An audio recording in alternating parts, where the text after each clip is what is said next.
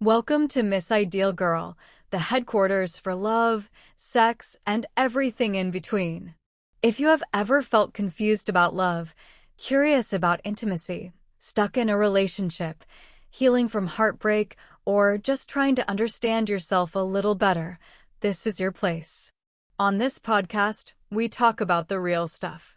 The feelings, the questions, the fears, the chemistry, the boundaries, and the truths that shape our relationships and our lives. Every episode is here to help you think deeper, feel seen, and navigate love and intimacy with more clarity, confidence, and honesty. Let's get into today's topic. You are lying in bed next to your partner. The room is quiet. Maybe you just had an argument about something small, or maybe nothing happened at all, and that is the problem. You pick up your phone because that is what people do now when they do not know what else to do with their hands. And within 30 seconds you are watching a couple on Instagram slow dance in a kitchen at golden hour, the caption something about choosing each other every single day, and suddenly the silence next to you feels like a verdict. That moment right there.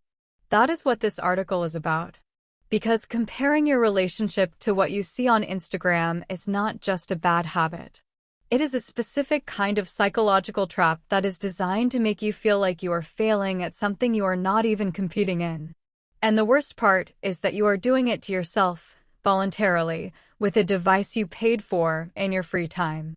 Let us get into it. The first thing you need to understand is what Instagram actually is.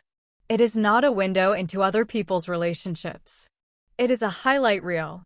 A curated, filtered, captioned, timed for maximum engagement highlight reel.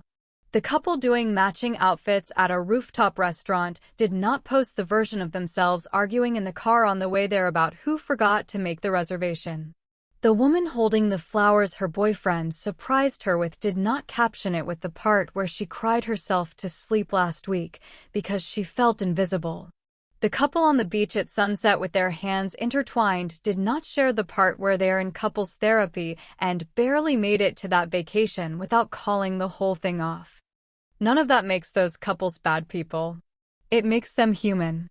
People share what they are proud of, what they want to remember, and what makes them feel seen and desirable to the outside world. That is not a conspiracy. That is just what human beings do when they are given an audience. But you need to hold that reality every single time you are on that app because your brain does not do it automatically.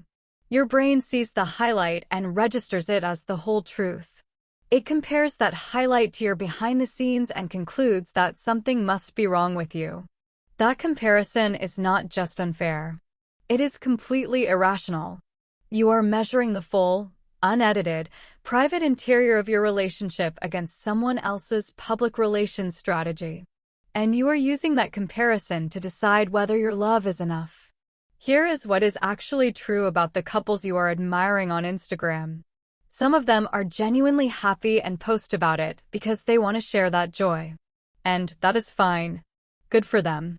Their happiness is not your problem, and it is not your benchmark.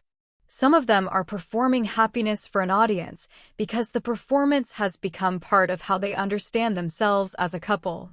They are not lying exactly, but they are also not showing you the full picture. They are showing you the version of their relationship that feels most defensible in public. And some of them are actively struggling while the feed looks pristine. Relationships fall apart behind perfect Instagram grids all the time. The engagement photos stay up while the couple ghosts each other. The anniversary posts keep coming while one partner is already emotionally checked out. You have seen it happen to people you know in real life. The social media version of their love was the last thing to go. None of this means Instagram couples are all frauds. The point is that you simply do not know. You do not know what their bedroom sounds like at midnight. You do not know how they handle money or stress or loss or desire, or the quiet version of loneliness that can exist even inside a relationship. You know what they chose to show you. And that is a tiny, deliberately selected fragment of the whole truth. So when you look at your own relationship and feel like it does not measure up, what are you actually measuring? You are measuring your real thing against someone else's story about their real thing. You are measuring your Wednesday against their Saturday. You are measuring your hard year against their best month. You are measuring the full weight of intimacy, which includes all the unglamorous parts of caring about another person, against a photograph with a good filter and 47 words of caption. Your relationship is not losing.